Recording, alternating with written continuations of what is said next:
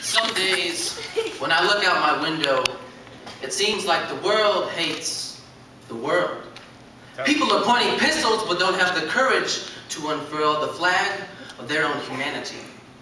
And it's clear to me that we should be more like Socrates in knowing that when we can't see is not a cause for more conviction, and that maybe those saber-rattling senators should use more humble diction when they don't know for a fact what is and what is not fiction.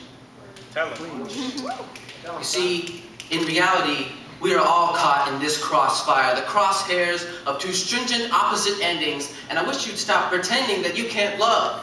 Don't act like you have blind eyes and deaf ears, that somehow their faces disappear behind the bullseye's tears, and you can't shed the same. You see, modern warfare isn't fair if you can't hear the screams of the dying, lying to yourself that your good trigger timing will fix the world. Because he says that she says that things be better if he breathed less, but there's really nothing that could ever be said to justify his death. And I must confess that I don't know my enemies as well as I'd like. I give them that title, but I won't be liable for my assumptions and dumb sense because I am too prideful. Some call it clashing cultures and equate it to politics, but when I can't see through my democracy, then I don't know who to believe. Like just a few years ago when our president was hell-bent on calling groups of people evil as if his make-believe axis was proof enough to put his prejudice into practice. Or even now, when our Secretary of State won't enter a debate about whether army drones from America could ever be called an act of terror because, well, that would just be absurd. And still, I am disturbed that I don't know my enemies as well as I'd like. I give them that title, but I won't be liable for my assumptions and dumb sense because I am just too damn prideful.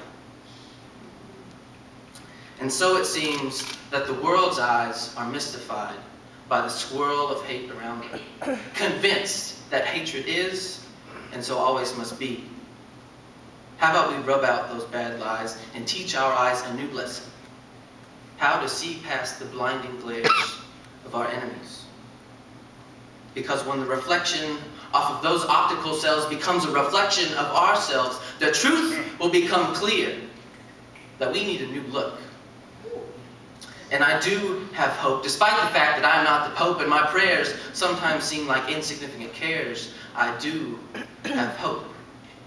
All we need to do is get rid of that damn missile stockpile and stop to look around a while, and in so doing, make it so that the strategy for killing is less complex than the one for living. Thank you.